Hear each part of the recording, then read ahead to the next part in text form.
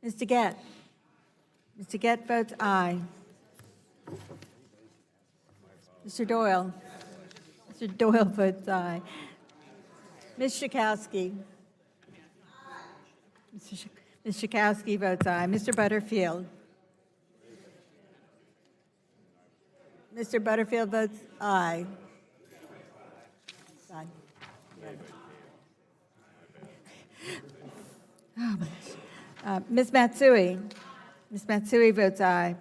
Ms. Castor. Ms. Castor votes aye. Mr. Sarbanes. Mr. Sarbanes, aye.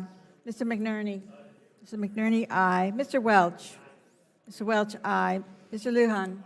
Mr. Lujan votes aye. Mr. Tonka. Mr. Tonka, aye. Ms. Clark. Ms. Clark votes aye. Mr. Lobsack. The clerk Lobsack can't votes hear aye. everyone. Please, let's quiet down a little. This is the last vote. Mr. Lobsack votes aye. Mr. Schrader. Mr. Schrader votes aye. Mr. Kennedy. Mr. Kennedy votes aye. Mr. Cardenas. Mr. Cardenas votes aye. Mr. Ruiz. Mr. Ruiz votes aye. Mr. Peters. Mr. Peters votes aye. Mrs. Dingle. Mrs. Dingle votes aye. Mr. Vesey. Mr. Vesey votes aye. Ms. Custer. Ms. Custer votes aye. Ms. Kelly. Ms. Kelly votes aye. Ms. Berrigan. Ms. Berrigan votes aye. Mr. McEachin. Ms. Blunt Rochester. Ms. Blunt Rochester votes aye. Mr. Soto. Mr. Soto votes aye. Mr. Halloran. Mr. O'Halloran votes aye. Again, the clerk can't hear. We're going to, Really? after this, we are going to recess until 9 a.m. tomorrow, and then we will take up H.R. 9. But if you want to leave after you vote, leave, but please stop talking. Okay. Mr. Walden. Mr. Walden votes no. Mr. Upton. Mr. Upton, no. Mr. Shimkus. Mr. Shimkus, no. Mr. Burgess. Mr. Burgess votes no. Okay. Mr. Scalise. Mr. Scalise votes no. Mr. Latta. Mr. Latta votes no. Mrs. Rogers. Mrs. Rogers votes no. Mr. Guthrie. Mr. Guthrie, no. Mr. Olson. Mr. Olson, no. Mr. McKinley. Mr. McKinley votes no. Mr. Kinzinger. He's not here. Mr. Griffith. Mr. Griffith votes no. Mr. Bilirakis. Mr. Bilirakis votes no. Mr. Johnson. Mr. Johnson, no. Mr. Long. All right, please, again, the clerk can't hear. Mr. Bichon. Mr. Bichon votes no. Mr. Flores. Mr. Flores, no. Mrs. Brooks. Mrs. Brooks, no. Mr. Mullen. Mr. Mullen, no. Mr. Hudson. Mr. Hudson votes no. Mr. Wahlberg. Mr. Wahlberg, no. Mr. Carter. Mr. Carter, no. Mr. Duncan. Mr. Duncan votes no. Mr. Giaforte. Mr. Giaforte, no. Mr. Pallone. Aye. Mr. Pallone votes aye. Does any member still need to record their vote who hasn't been recorded? All right, the clerk will report the tally when she's finished. On that vote, Mr. Chairman, final passage, the ayes were 30 and the yeas were 22. All right, the vote is 30 ayes to 22 nays. H.R. 1425 as amended is favorably reported to the full House. Mr. Chairman? Yes. I ask for 2 days to file additional views on the legislation approved by the committee today. So moved. Yesterday. So moved. Now, I also would ask unanimous consent to enter the following documents into the record. They were provided to the minority. I know you've seen them. They are a letter of endorsement from the American Hospital Association, letter of endorsement from the American Academy of Family Physicians, letter of support from the American Psychiatric Association for H.R. 1010, H.R. 986, H.R. 1425, and H.R. 987, letter of endorsement from the AARP, letter of support from AARP for H.R. 965, letter of support from the National Organizations for Rare Disorders for H.R. 965. Unless anyone else wants to say something, God help us, the committee will stand in recess until 9 a.m. tomorrow.